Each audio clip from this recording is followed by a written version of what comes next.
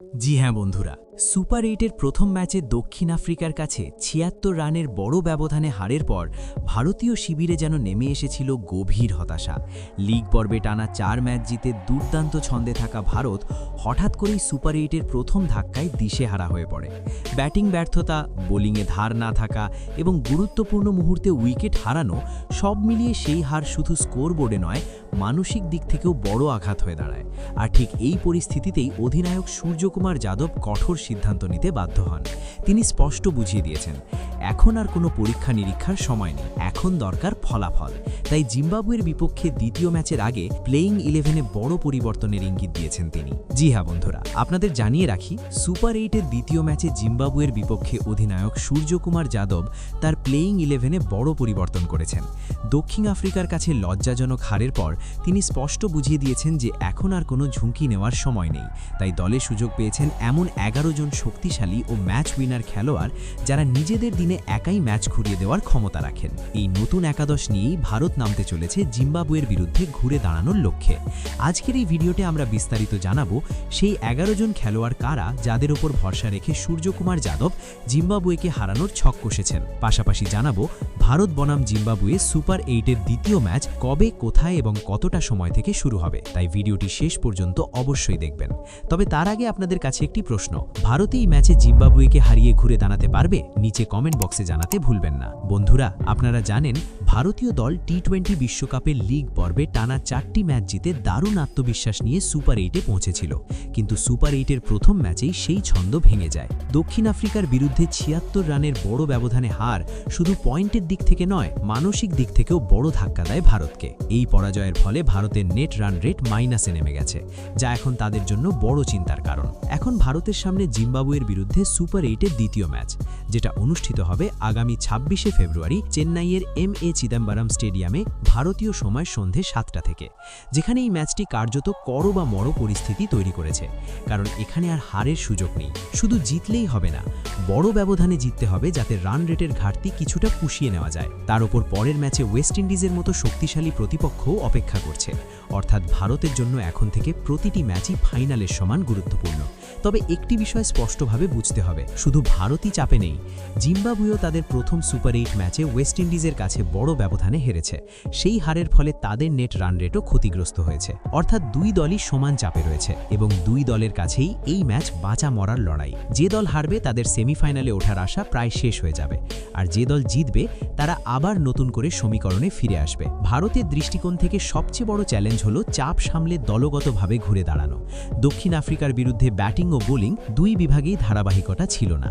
তাই অধিনায়ক সূর্যকুমার যাদব স্পষ্ট বার্তা দিয়েছেন, এখন আর ভুলের সুযোগ নেই। দলে পরিবর্তনের ইঙ্গিতও মিলেছে, যাতে অভিজ্ঞ ও ম্যাচ উইনার খেলোয়াড়দের নিয়ে আরও ভারসাম্যপূর্ণ একাদশ গড়া যায়। লক্ষ্য একটাই, আত্মবিশ্বাস ফিরে পাওয়া এবং বড় জয় তুলে নেওয়া। অন্যদিকে জিম্বাবুয়েকেও একেবারে হালকাভাবে নেওয়া যাবে না। লিগ পর্বে তারা লড়াকু মানসিকতার পরিচয় দিয়েছে এবং শক্ত প্রতিপক্ষের বিরুদ্ধে ভালো ক্রিকেট খেলেছে। যদিও সুপার 8-এর শুরুটা তাদের জন্য হতাশাজনক ছিল, তবুও তারা জানে ভারতের বিপক্ষে জয় পেলেই পরিস্থিতি বদলে যেতে পারে। তাই তারাও পূর্ণ প্রস্তুতি নিয়ে মাঠে নামবে। সব মিলিয়ে ভারত বনাম জিম্বাবুয়ে এই সুপার 8 ম্যাচটি শুধু একটি সাধারণ গ্রুপ ম্যাচ নয়, এটি দুই দলের জন্যই টিকে থাকার লড়াই। একদিকে সূর্যকুমার যাদবের নেতৃত্বে ভারত মরিয়া হয়ে ঘুরে দাঁড়াতে চাইবে, অন্যদিকে জিম্বাবুয়ে ওয়েস্ট ইন্ডিজের কাছে হারের দুঃস্বপ্ন ভুলে ভারতের বিরুদ্ধে নিজেদের প্রমাণ করতে চাইবে। তাই বলা যায় এই ম্যাচে উত্তেজনা, চাপ এবং রোমাঞ্চ সবকিছুরই চূড়ান্ত রূপ আমরা দেখতে চলেছি। এখন দেখার বিষয় কে চাপ সামলে ইতিহাস গড়ে আর কে ছিটকে যায় সেমিফাইনালের দৌড় থেকে। বন্ধুরা, এবার আসুন বিস্তারিতভাবে দেখে নেওয়া যাক সূর্যকুমার যাদবের ঘোষিত ভারতের ভয়ঙ্কর প্লেয়িং 11। সবার প্রথমে সূর্যকুমার যাদব ওপেনিং জুটিতে বড় পরিবর্তন এনে দলকে নতুন শুরু দেওয়ার চেষ্টা করেছেন।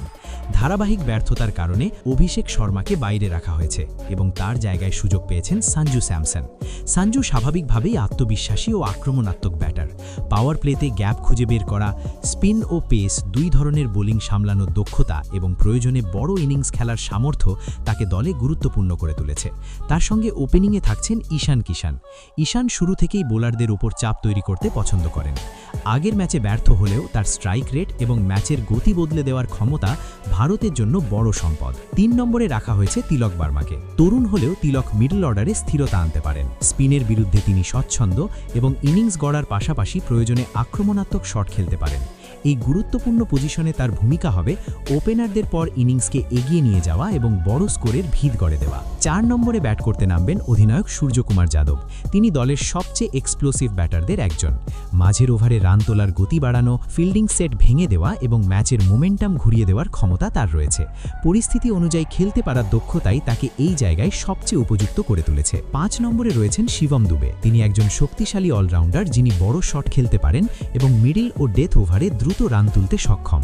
পাশাপাশি বল হাতেও প্রয়োজন হলে কয়েক ওভার দিয়ে ভারসাম্য আনতে পারেন। 6 নম্বরে আনা হয়েছে অক্ষর প্যাটেলকে, যাতে ব্যাটিং লাইন আপ আরও গভীর হয়। অক্ষর চাপের সময় গুরুত্বপূর্ণ রান যোগ করতে পারেন এবং স্পিন আক্রমণে ধার বাড়ান। 7 নম্বরে থাকছেন হার্দিক পান্ডিয়া। তিনি দলের ফিনিশার এবং পেস অলরাউন্ডার হিসেবে বড় ভূমিকা পালন করবেন।